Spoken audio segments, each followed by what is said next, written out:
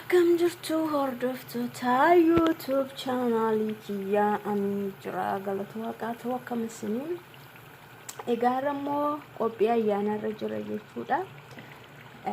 Qophii ayyaanarra jira akkuma argitan kana killee lukkuudha. Lukkuu hojjedheen jira jechuudha. Kan isin ilaaltan kuni lukkuudha jechuudha. Lukkuudha jechuudha bishaateerra jechuudha.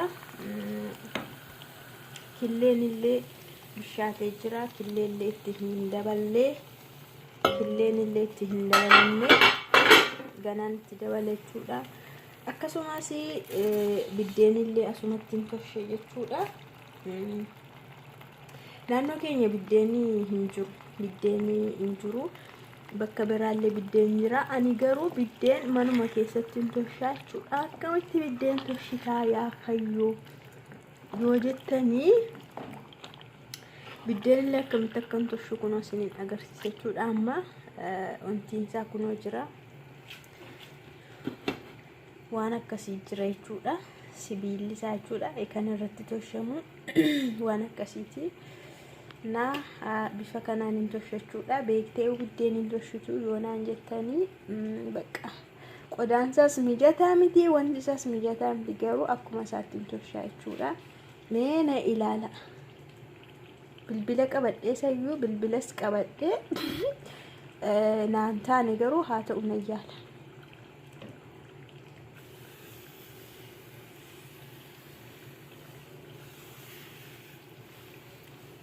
Yaa waq ganaa jaarsa kooti galee biddeen tolchee laadhaa fi barbiyyatti garuu maan jedhu argitanii waggaa meeqaan duran tolchee biddeenichi bifa kana fakkaata jechuudha. Biddeenichi bifa kana fakkaata. Ijallee ni bahaa jechuudha. Marratti hin argitu yeroo inni ija bahu. Biddeenichi kanadha. Bilbila qabadhee waan inni akkas tolcheef jajallate malee dhugaasiniin jira. Sirriitti tolchuu nan danda'a. Akkasitti qadaadamaa jechuudha. Asii immoo lukkuun kiyyaa bishaachaa jirti jechuudha. Sirriitti waan dhumaa xumurameera. Amma killee sana bichaa keessa itti godhuu qofaatu hafee biddeen illee duras tolchaan ture jechuudha. Kana qofaa miti kanan tolchee isinitti agarsiisuudhaaf malee durallee biddeen sadan tokko tolcheen jira jechuudha. Kunuunsi biddeenichi illee jechuudha. Biddeenichi inni dura tolchellee bifa kana jechuudha. Bifa kanaan ture isiniin jedha. Amma bilbila qabadheeni ofii koo bilbila waraabaa waan ani biddeen kana tolchuu fi biddeenichi illee jechuudha akka seeraan hin tolchamu jechuudha. Kanaafi qophichi kana fakkaata isiniin jedha. Qophiin ayyaanaa sun jechuudha. Biddeenichi illee kunoo gahee jira akka kanaani. Akkas fakkaata. Ammallee dabalee tokko nan tolche jechuudha. Bilbila qabadhee waan hin tolchuu fi na jalaa jajallata. Fayyoo beektee biddeen hin tolchitu akkanaan hin jenne. Biddeen tolchee moo guddadhee as gahe samtaachuwaal.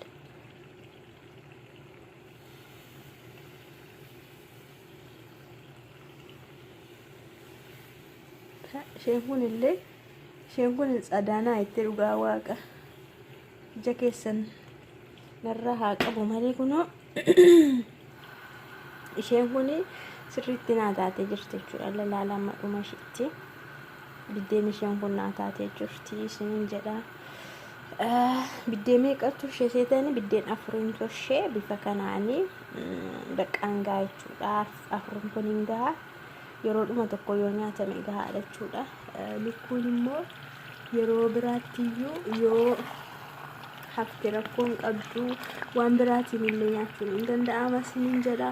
Qophiin ayyaanaa koo akka kanaan ta'a. Yeroon qopheessee gadi dhiyeessee nyaataaf qophaa'us ni argitu isiniin jedha. Kunoo killeellee qopheessee jira jechuudha. Killeen illee itti godheen jira. Egaa akka kana fakkaata. lukkuun biyya kanaa maaliif akka ta'e hin beeku akka lukkuu biyya keenyaa miti ofiidhuma isaa akkasittiin hin bullaa jechuudha. Maaliif akka ta'e hin beeku garaagarummaan isaa akka yaadutti biyya keenya ammuma qalameetu ammuma hojjetamaadha. Asitti garuu yeroo dheeraa firiijii keessa tura.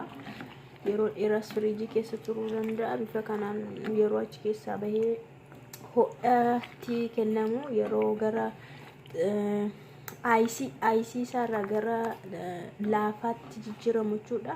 Bifa maal jedhama? Cabbii isa cabbii turerraa yeroo gara kanatti jijjiiramu ofii masaa dafee bullaa jechuudha.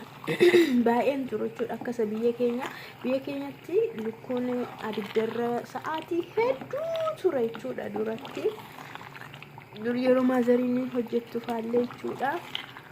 Sa'aatii baay'ee sa'aatii dheeraa abiddarra ture jechuudha. Abidda isaatti qannasamee tura. Innasii garuu yoo baay'ate sa'aatii tokko tureera kun hin dhugaa. Sa'aatii tokko yoo baay'ate sa'aatii tokko abidda kanarra tureera siniin jedha. Garuu bifa kanaan bishaatee siniin jedha. Ayyaana gaarii isin hawwaa. Lafa jirtanitti biyyuma jirtanitti gammadanii akka jiraatan hawwii fi abdiin qabachuudha. Nagaan waaqayyo isiniif haa baay'atu. Ayyaana gaarii isiniif haa ta'u. Viidiyoo isaa yeroo nyaatamee dhugamuuf walitti deebina jechuudha. Bye bye.